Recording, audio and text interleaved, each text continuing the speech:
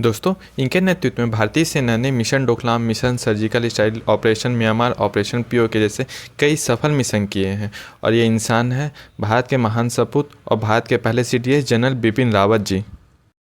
दोस्तों, birthday series में आज हम जानेंगे जनरल बिपिन रावत जी के बारे में। मैं हूं एहसास, आप देख रहे हैं today special day YouTube channel.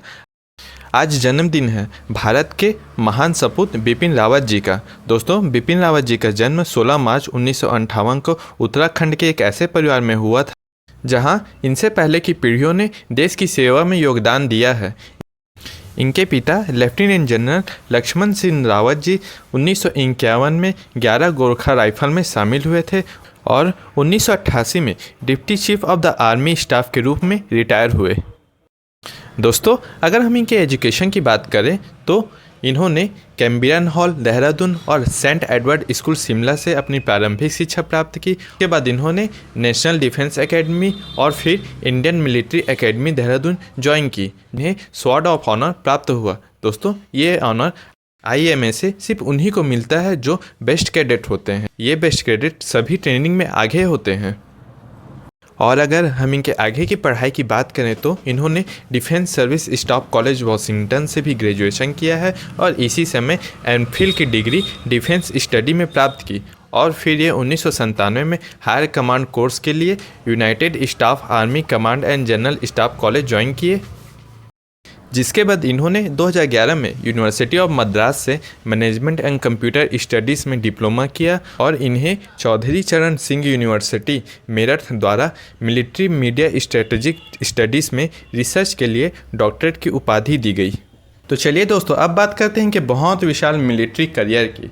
दोस्तों, इन्होंने 1978 में लेफ्टिनेंट के रूप में 11 गोरखा राइफल में शामिल हुए, जिसमें इनके पिता भी थे।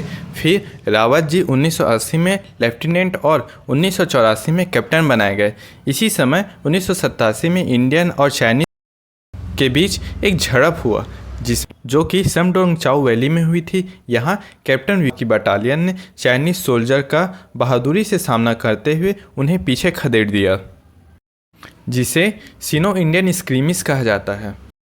दोस्तों, Bipin Rawat ji high altitude warfare में बहुत ज़्यादा माहिर थे और इन्होंने 10 साल तक काउंटर इंसर्जेंसी ऑपरेशन कंडक्ट करने में बिताए हैं। वे 10 से ज़्यादा सालों तक जम्मू और कश्मीर में तैनात रहे। Bipin Rawat ji defence service staff college से कोर्स के बाद आर्मी हेडक्वार्टर में ये GSO2 अर्थात मिलिट्री ऑपरेशन डिस्कॉर्टोरेट में general staff officer grade 2 appoint किए गए। इन्होंने लॉजिस्टिक स्टाफ ऑफिसर के रूप में रैपिड अर्थात reorganise army plans infantry division में अपनी सेवाएं भी दी, जिसके बाद ये क्रमवार 1998 में लेफ्टिनेंट कर्नल, 2003 में कर्नल, 2007 में ब्रिगेडियर, 2011 में मेजर जनरल और 2014 में लेफ्टिनेंट जनरल भी बनाए गए। इसी बीच इन्हें विशिष्ट सेवा मेडल, सेना मेडल और भी कई मेडल से नवाजा गया। दोस्तों, फिर आया 2015 जब ये लेफ्टिनेंट जनरल थे। उसी समय Rawat ji 3 Corp general officer नियुक्त हुए। उसी समय जून 2015 में मणिपुर में UNLFW ग्रुप के मिलिटेंट हाथ लगाकर 8 भारतीय सोल्जर को मार डाले। इसका जवाब पैराशूट रेजिमेंट की 21वीं बटालियन ने क्रॉस बॉर्डर स्ट्राइक करके दिया। क्योंकि ये स्ट्राइक म्यांमार में हुआ था, इसलिए इसे म्यांमार स्ट्राइक कहा गया और इस स्ट्राइक को बिपिन रावत जी कमांड कर रहे थे, जिसके लिए इन्हें 26 जनवरी सन 2016 को उत्तम युद्ध सेवा मेडल से नवाजा गया।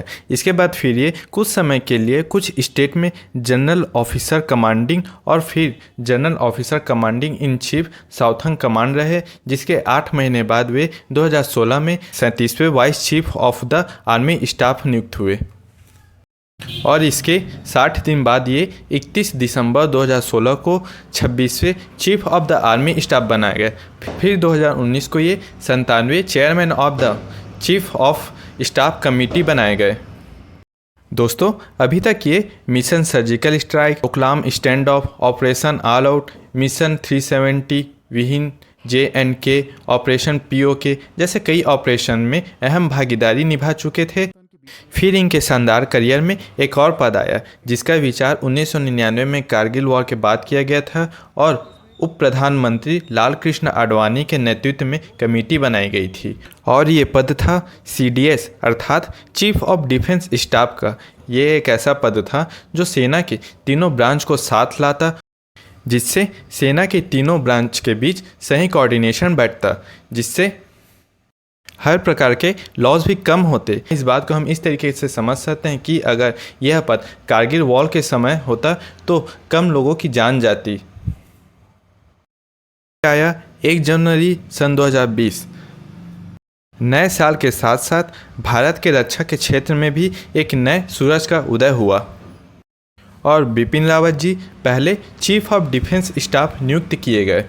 इस पद पर भी बिपिन रावत जी अन्य पदों की तरह अपनी शानदार सेवाएं दे रहे थे और उन्होंने यह सेवा अपनी शहीद होने तक दी। जी हाँ दोस्तों, यह तारीख थी 8 दिसंबर 2021, जिसमें एक हादसे ने भारत माँ के इस सपूत को उससे छीन लिया। यह हादसा था हेलीकॉप्टर क्रैश। जगह थी कन्नूर तालुका। हेलीकॉप्टर था मिल MI-17। इस हादसे में इनके अलावा 12 और लोगों की मौत हो गई, जिसमें उनकी वाइफ और 4 क्रू मेंबर भी शामिल थे। मरणोपरांत इन्हें पद्म विभूषण सम्मान दिया गया। इसके अलावा इनके नाम पर ट्रॉफी, ब्लॉक और एक्सचेंज प्रोग्राम के नाम भी रखे गए। हमारा वीडियो समर्पित दोस्तों भारत माता के महान सपूत और पहले CDS जनरल बिपिन रावत जी को। इसी तरह भारत के महान लोगों के जन्मदिन पर उनके बारे में जानने के लिए चैनल को सब्सक्राइब करें। आपको इनकी कौन सी बात ने सबसे ज़्यादा प्रभावित किया कमेंट में ज़रूर बताएं। अगर आपको यह वीडियो अच्छा लगा हो तो प्लीज़ इसे लाइक एंड शेयर करें। धन्यवाद।